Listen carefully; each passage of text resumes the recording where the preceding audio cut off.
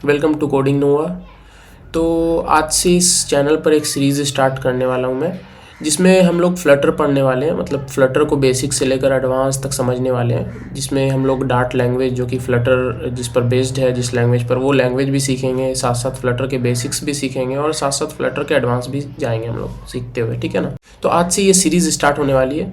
तो मैं बेसिकली इस वीडियो में डिस्कस कर लूँगा कि हम इस सीरीज़ में पूरे क्या क्या कंप्लीट करने वाले हैं और क्या क्या होने वाला है इस सीरीज़ में। तो चलिए स्टार्ट करते हैं। तो सबसे पहले हम लोग एक इंट्रोडक्शन का वीडियो आने वाला है, जिसमें हम लोग फ्लटर के बारे में जानेंगे और फ्लटर को क्यों यूज़ करते हैं ये भी समझेंगे उसमें, और साथ ही साथ फ्लटर और अदर फ्रेमवर्क में क्या डिफरेंसेस हैं, क्या प्रोज है, क्या कॉन्स है, वो सब समझेंगे। उसके बाद हम लोग अपना एक फ्लटर सेटअप कर लेंगे अपने पीसी में, और साथ ही साथ फ्लटर में अपना फर्स्ट ऐप भी बिल्ड करेंगे और उसका आर्किटेक्चर भी समझ पाएंगे। ठीक है, विजेट ट्री, यूआई रेंडरिंग, ये सब क्या होता है हम लोग समझेंगे। इसके बाद हम लोग डार्ट प्रोग्रामिंग बेसिक्स भी समझेंगे, क्योंकि कोई भी प्रोग्रामिंग लैंग्वेज सीखने के लिए हमको जो जो चीज़ों की ज़रूरत होती है ना, like syntax, data types, variables, functions, operators, control flow statements, list, sets and maps, ये सब कुछ समझने वाले हैं। हाँ, तो मैं एक और चीज़ यहाँ पर बता दूँ, अगर आपको कोई पहले से लैंग्वेज आती है, जैसे सी हो या C++ हो, तो ठीक है, वो अच्छी बात है, आप अच्छे से समझ पाओगे। लेकिन अगर नहीं भी आती है ना, तो ये डार्ट एक नया लैंग्वेज है। अगर आपको C++ आती है तो आपको बहुत हद तक ये डार्ट सिमिलर लगने वाला है उससे, लेकिन अगर नहीं भी आती है तो मैं आपको अच्छे से समझा दूंगा, आपको समझ में आ जाएगा। टेंशन लेने की ज़रूरत नहीं है कि पहले से मैंने पढ़ा नहीं है, तो आप ये सीख सकते हो।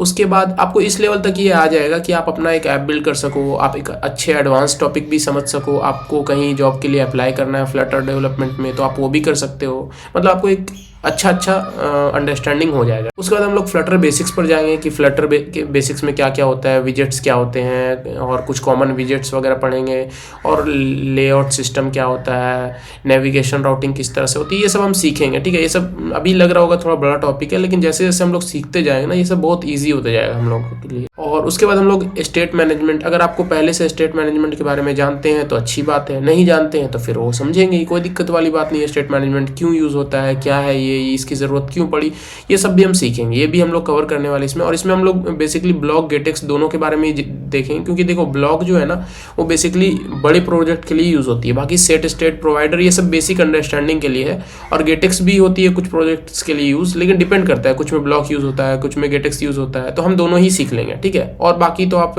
जितना अच्छे से प्रैक्टिस करते जाओगे उतना ज़्यादा सीखते जाओगे, ये तो है ही। तो उसके बाद फिर हम लोग जाएंगे एपीआई वगैरह के बारे में सीखेंगे कि फ्लटर में एपीआई हैंडलिंग कैसे होती है, क्योंकि फाइनल बात तो अगर वहीं रुकती है कि अगर मैं एक ऐप बनाऊं तो उसमें वो ऐप यूज़र को क्या सर्व करता है, वो सारा चीज़ तो देखो एपीआई से ही होने वाली है। हमें कोई डेटा चाहिए, कोई डेटा हमको सेंड करना है, कुछ भी करना है, तो वो सब तो हमें बेसिकली एपीआई से ही होने वाला है। तो वो भी हम सीखेंगे एपीआई हैंडलिंग कैसे होती है। उसके बाद हम लोग डेटाबेस एंड लोकल स्टोरेज के बारे में समझेंगे। डेटाबेस आप बेसिकली जानते ही होंगे, जैसे कुछ डेटाबेस होते हैं, मोंगोडीबी हो गया, ठीक है, ये सब डेटाबेस है।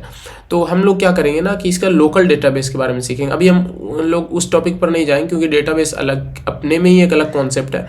तो फिलहाल हम लोग लोकल डेटाबेस के बारे में सीखेंगे। अब लोकल डेटाबेस क्या हुआ, तो लाइक हम लोगों ने मान लिया एक मोबाइल के लिए ऐप बनाया। अब उस ऐप से कुछ डेटा हमें अपने लोकल फ़ोन में ही सेव कराने हैं, तो उसके लिए हम लोग लोकल डेटाबेस यूज़ कर सकते हैं। तो वो सब हम लोग सीखने वाले हैं। शेयर्ड प्रेफरेंसेस, SQLite जो कि SQF लाइट पैकेज से यूज़ होता है, ये सब क्या है, ये सब हम समझेंगे। कोई बड़ी चीज़ नहीं है, समझते समझते सब कुछ आसान हो जाएगी। उसके बाद हम लोग कुछ एडवांस टॉपिक पर जाएंगे, जैसे कि एडवांस यूआई, एनिमेशंस कैसे हो सकते हैं फ्लटर में, लॉटी एनिमेशंस क्या होता है, यूआई डिज़ाइन, स्टैक, पोजीशन, ये सब क्लिप पाती, ये सब क्या होता है, ये सब भी समझेंगे। ये सब देखो अभी लग रहा होगा ये सब बड़ा बड़ा टॉपिक है, लेकिन जैसे जैसे हम लोग समझते समझते यहाँ तक पहुँचेंगे ना, आप खुद बोलोगे कि बहुत ईजी लग रहा है, कोई दिक्कत नहीं है मुझे। हाँ, तो यहाँ तक तो देखो फ्लटर आपका कंप्लीट हो जाता है। लेकिन इसके बाद जो ये फायरबेस इन फ्लटर स्टार्ट किया ना, ये मेरा एड ऑन टॉपिक है। अगर आप चाहो तो ये पढ़ो, नहीं चाहो तो नहीं पढ़ो, लेकिन पढ़ लोगे तो अच्छी बात है। अब इसमें क्या होने वाला है, तो फायरबेस इन फ्लटर में हम फायरबेस को सेटअप कर लेंगे फ्लटर में, और फायरबेस क्रैशलैटिक्स के बारे में जानेंगे, फायरबेस क्लाउड मैसेजिंग क्या होती है, कैसे होती है, वो सब हम समझने वाले हैं। ये सब भी एक अच्छी टॉपिक है, अगर आप पढ़ोगे तो अच्छी बात है। और भी आपको कुछ टॉपिक पढ़ना है तो आप कमेंट करना है, मैं उस पर भी वीडियो बना दूंगा, वो भी पढ़ लेंगे हम लोग साथ साथ फ्लटर में। तो ओवरऑल ये सब चीज़ें जो हम लोग इस सीरीज़ में करने वाले हैं। तो अगर आपको चाहिए कि कुछ और टॉपिक्स भी आपको सीखना है या जानना है उसके बारे में, उस पर भी आपको वीडियो चाहिए, तो आप कमेंट कीजिए, मैं आपको उस चीज़ों पर भी वीडियो बना कर दूंगा। और फिर साथ में अगर आपको कोई चीज़ पर डाउट हो तो वो भी आप कमेंट करो, मैं उसका भी जवाब दूंगा। ओके देन, तो मिलते हैं नेक्स्ट वीडियो में, अपने introduction to Flutter and Dart वाले वीडियो में मिलते हैं। तब तक के लिए बाय बाय।